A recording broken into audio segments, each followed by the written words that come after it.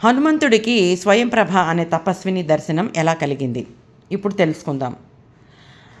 సుగ్రీవుడు వానర వీరులను అందరినీ పిలిచి సీతాన్వేషణ కోసం గుంపులు గుంపులుగా చేసి ఒక్కొక్క గుంపుకి ఒక్కొక్క నాయకుడిని చేసి ఒక్కొక్క దిక్కుకి పంపుతాడు.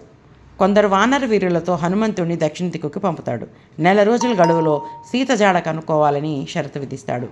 హనుమంతుడి దళంలో అంగదుడు కూడా ఉన్నాడు. అలా వెళ్ళిన వీళ్ళందరూ చెట్లు పుట్టలు అడవులు కొండలు గాలిస్తూ అలసిపోతారు. సుగ్రీవుడు పెట్టిన గడువు 1 రోజులు ఇట్టే అయిపోయాయి, కానీ వాళ్ళకి సీతజాడ మాత్రం తెలియలేదు. ఆకలి దప్పులతో కదలలేని స్థితికి చేరుకున్నారు. అలసిపోయి ఉన్న వారికి ఒక బిలం, ఆ బిలంలో నుండి వస్తున్న హంసలు మొదలైన పక్షులు కనిపించాయి.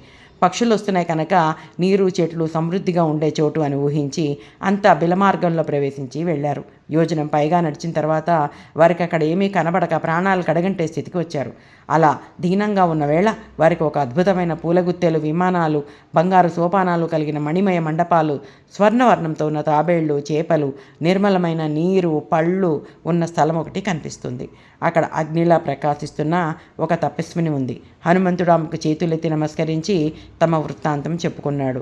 ఆమె వారికి ఆతిథ్యం ఇచ్చి తన పేరు స్వయంప్రభ అని, హేమ స్నేహితురాలనని, ఇది విశ్వకర్మ నిర్మించిన ప్రదేశమని, ఇక్కడికి వచ్చిన వారు తిరిగి పోలేరని చెప్పి వానరులపై దయతో బిలం దాటించి వారికి పరిసరాల వివరాలు తెలిపి జాగ్రత్తలు చెప్పి పంపింది.